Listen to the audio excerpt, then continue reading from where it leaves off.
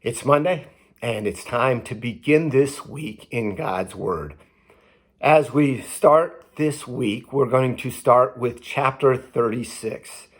In many ways, chapter 36 wraps up the Jacob and Esau episode and focuses a little bit more on Joseph and his brothers, mainly on Joseph. So let's go. Again, I remind you, please read the whole book, or the whole chapter 36. I'm not going to read a lot of it because I don't want to have you endure me trying to pronounce a lot of those names, because as you have learned already, I can kind of struggle with names. So, chapter 36, verses 1 and 2. These are the generations of Esau, that is, Edom. Esau took his wives from the Canaanites. We remember that, don't we, from the time when Rebecca and Isaac complained, didn't like his Esau's wives because they were complaining and they were negative. That's why they sent Jacob to go back to Haran, to be able to find a wife from one of his daughters. And he came back with two. These are the sons of Esau, the last part of 5, I should say. These are the sons of Esau who were born to him in the land of Canaan. Then Esau took his wives, his daughters, and all the members of his household, his livestock and all of his beasts, and all the property that he had acquired in the land of Canaan, and he went into a land away from his brother Jacob, for their possessions were too great for them to dwell together. The land of their sojourning could not support them because of their livestock.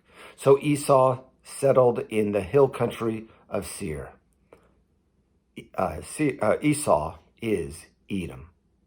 So as we look at that, we see, much like Abraham and Lot were Esau and Jacob, they had too many flocks to be supported on the land, so they split up.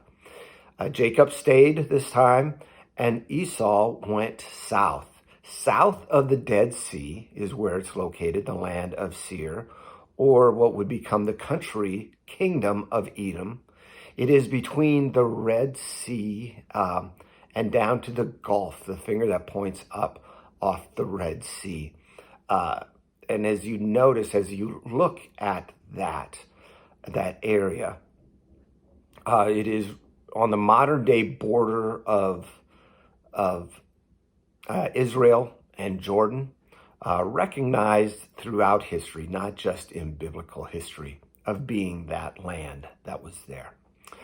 Now, a little bit about history of Edom and where they would come into play. The king of Edom would not allow Moses and Israel to pass through the territory as they were going to the promised land. Neither the king of Edom or the king of Moab would allow it. They had to go around to be able to enter in, add to their journey. They were often enemies of the southern kingdom of Judah because that was the one they were usually facing. David had conquered them, and it talks, I believe it's in 2 Kings, of how he killed 18,000 men. They had been reestablished, and from that time on were pretty negative against Judah, were their enemies. Isaiah, Jeremiah, Ezekiel, Amos, and Obadiah all prophesy against Edom because of how they treated Judah.